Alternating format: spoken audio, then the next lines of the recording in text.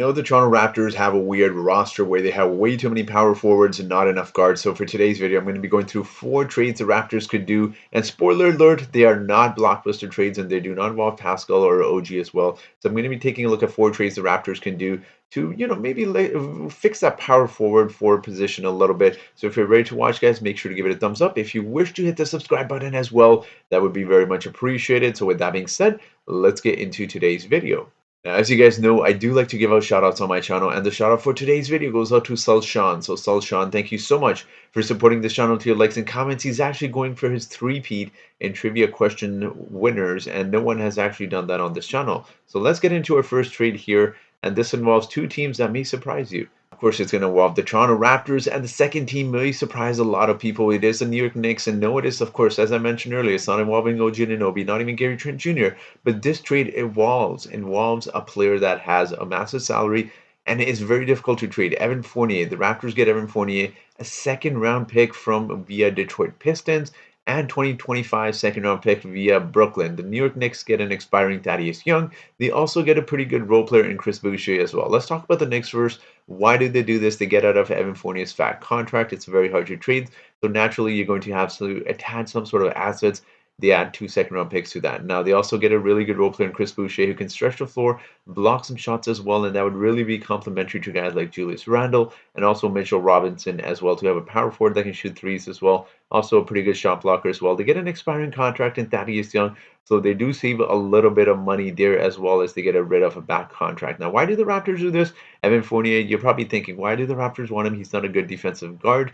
But well, you know what? You do have to take into consideration the Raptors don't have a lot of scoring besides Pascal, OG, Gary Trent, and of course shooting is one of their main issues as well, which Evan Fournier highlights, and I'll talk about him in just a moment. But they also get really, really good second-round draft picks. Now the Raptors have given up a lot of draft picks in the previous trades, where they've given up first-round picks, second-round picks, and they need to accumulate some sort of draft assets in return. And they're pretty good, second-round draft picks as well. They're from Detroit, who is still a lottery team, so those draft picks shouldn't be too late into the second round. They should be fairly early into the late 40s or late 30s as well. And the Brooklyn Nets, we know they're a decent team, not a great team, so we'll see where that pick ends up. In terms of Evan Fournier, let's quickly take a look at his stats here. Now, we know Evan Fournier didn't have the greatest of seasons last season with the New York Knicks. Very inconsistent minutes, didn't play a lot, and also just, his stats went down across the board. But if you look at a good sample size, and through the previous seasons, the last 2 seasons, 14 points, 13 points off the bench isn't too shabby. His field goal percentage is what it is, but most importantly, his 3-point shot is there on 7.7 attempts a game, 38%. And the previous season, 46 not attempts, 46% from the 3-point line on nearly 6 attempts a game, which is really good. He's a pretty good free throw shooter as well. Again, and those seasons may not necessarily highlighted where he's shooting only 70%. He's a pretty good free throw shooter, and he can create his shot, which is important for the Raptors. And he can also get some assists as well, as noted by his statistics across the previous seasons as well. It may not, necessarily, I'm not saying he's a great passer, but he'll make the right passes. Now, why do the Raptors do this? They need some sort of shot creation and also some scoring off the bench, and they need some 3-point shooting as well to space the floor. The Raptors really struggle with that. They can play 7-40 at the shooting guard position, have, Grady Dick at the small forward position, and, we'll see what they do with Jalen McDaniels, Precious Achiuwa, Christian Koloko as well, to maybe get those guys to cover, guys like Evan Fournier's defensive limitations as well. But I'm very curious to hear your thoughts. I know this is probably going to be the one that's most controversial. A lot of people may not like this, but I like the picks that come with that. So let me know your thoughts. Let's move on to trade number 2 here.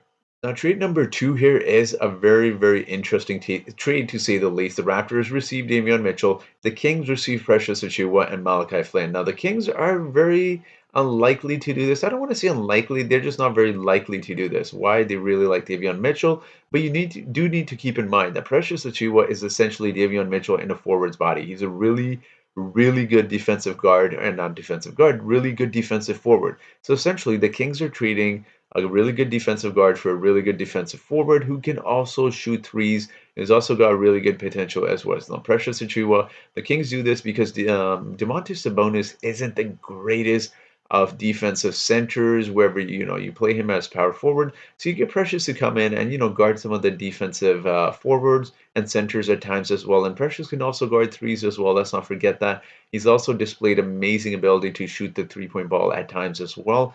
So that could be something that could be very interesting given that De'Aaron Fox and Domantas Sabonis do not stretch the floor. So you can have that. And then you also get Malachi Flynn as well, who's also a great three-point shooter. I mean, his the start to his career has definitely not been what most of us have expected due to limiting minutes from Nick Nurse, as we know. But again, this could be an interesting trade. But let's quickly talk about Davion Mitchell's stats here. Now, Davion Mitchell, as you see there, had a great rookie season, 27 minutes a game. Shot the three-point ball decent, not great, but his point production was great. 11 and a half points in 27 minutes is amazing. His assist column looks sharp as well. He's obviously a very good defensive guard. He's about to be 25 into next season, so it's not like, the Kings are giving up someone that's a 20-year-old, sensation that's coming in. Davion Mitchell is amazing, don't get me wrong, but this is also someone, who's getting older really quickly. So the Raptors definitely get a really good defensive, point guard. They finally get their point guard of the future, the backup point guard, wherever you want to play him, if he's the future starting point guard, regardless of, how you may feel about, guys like Scotty maybe starting. But he's a really good defensive guard. And the fact that he averaged 4 assists there, let's not forget, that roster contained De'Aaron Fox and Tyrese Halliburton as well. The fact that he averaged 4 says a lot. So again, he's a very good defensive guard, and the Raptors like their defensive players as well. So this could be very interesting, and they could develop him in their system as well. So let me know your thoughts in this trade. Let's move on to our next trade here. Now, this is probably the most interesting one. Again, guys, I want to remind everyone I did go through a list of teams and I, tried different players, different picks. And due to a lot of the CBA rules, due to a lot of teams being over the salary cap, it made it very challenging to do some of these trades. But the Raptors and the Bucks became trading partners here. In this one here, the Raptors received Pat Connaughton. Raptors also received Marshawn Beauchamp. The Bucks received Thaddeus Young, Malachi Flynn, and a 2028 second round draft pick. Now, why do the Bucks do this? They get out of Pat Connaughton's 3-year contract and they get an expiring contract and Thaddeus Young and Malachi Flynn as well, who I'll talk about in just a moment. But Thaddeus Young, expiring contract, and also just the comments that Giannis made this past summer, talking about how, he wants to win in the future. You get off a contract like Pat Connaughton, and even looking at the contracts of Malachi Flynn and Thaddeus Young combined, if they decide to let Malachi Flynn go, that's 11, almost $12 million that gives the Bucks to work with if they want to sign a free agent as well. And they also get a second round pick, which obviously contenders can use, to trade for good role players in the future or at the next season trade deadline, wherever they decide. Also, quickly to touch upon Malachi Flynn, Drew Holiday has been their starting point guard for quite some time, and they have not had a quality backup guard. And I'm not saying Malachi Flynn will be that instantly, but he's someone that can stretch the floor. And we know with Giannis being there, you need three-point shooting. And also, just given the different types of point guards they've tried in the past, Javon Carter's gone. They tried Jeff Teague at times. They've tried Goran Dragic at times. And so you got a fairly decent, I don't want to call him a young point guard, but decent young point guard in Malachi Flynn. Now, the Raptors, Pat Connaughton, good role player. Obviously, his salary goes beyond the season, so of course, that's a lot to take on. But you also get Marshawn Beauchamp, who's a very young player. And let's talk about these two player statistics right here. Now, let's start with Marshawn Beauchamp. So listed at 6'6", a small forward, only 22 years old, so fairly young. His field goal percentage wasn't the greatest at only 30, nearly 40% for someone that's listed at 6'6". Not great three-point shooting, but you can definitely see the potential there. When you do watch him play, you can see the defensive capabilities. You can see that he may one day be a really good role player as well. So again, he's only 22. He's got a lot of room to grow. And you know what? What better system to put him in the Toronto Raptors and one with Darko here, which I'm really excited about. And he's going to work magic with some of the young guys. Let's talk about Pat Connaughton, who's been a serviceable role player. The Raptors need more good role players to surround their starting five with.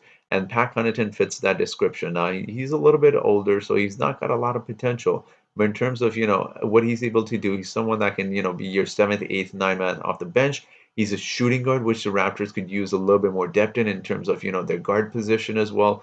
Play this small forward, as you see at times as well, and a pretty decent three-point shooter. Not so much this past season, but the previous season, as you see there, on 5.7 attempts, 39%. The previous season, from almost 4%, he shot 37% as well, and he's a good free throw shooter. So he's not someone that's a spectacular role player. He's not going to come in and be a six-man of the year, you know what? But he's going to come in and do his job. Pretty good defensive player for what I've seen. And also is going to give you, around 8, 9, 10 points a game, which the Raptors could absolutely use off the bench. So all in all, a pretty decent trade, not a bad trade for either side. What do you guys think about this trade? Let's move on to our last trade here. I'm not gonna lie, guys. It was really difficult to make some of these trades, but ultimately you do gotta realize the Raptors do have to take some salary back, and they make a trade with the Hornets here.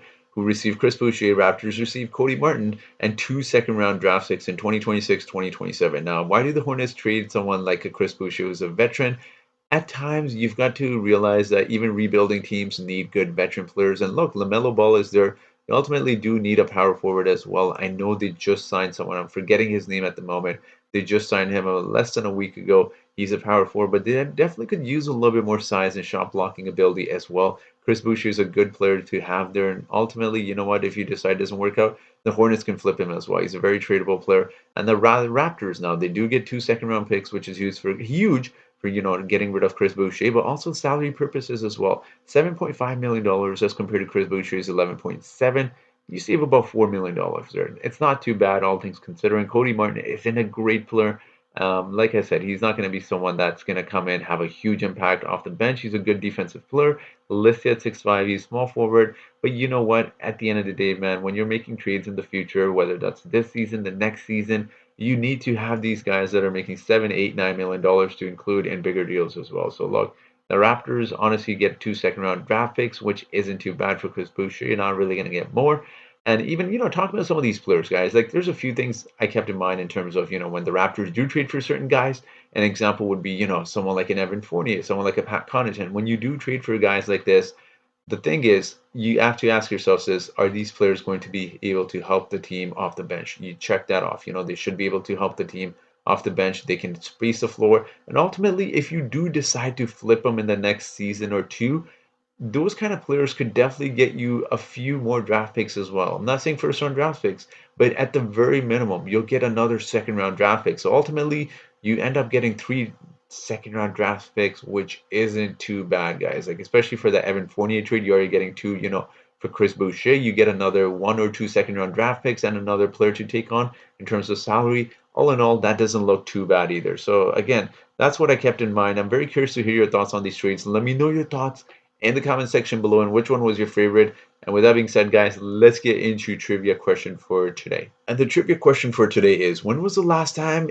Canada's men's basketball team qualified for the Olympics? Unfortunately, they did lose to Serbia, and I wish them the best of luck versus the US, where they can, get a chance to win the bronze medal. But when was the last time they qualified for the Olympics? We know they just did that. Was it A, 2005? Was it B, 1997? Was it C, 2001? Or was it D, 2000? So whoever answers this trivia question correctly first in the comment section gets a shout out in my next video, guys. So I do apologize. I know I haven't been putting out a lot of content, but I do appreciate your patience and your support as always. And that will be it for today's video. So thank you once again, and I hope you guys have yourselves a great day.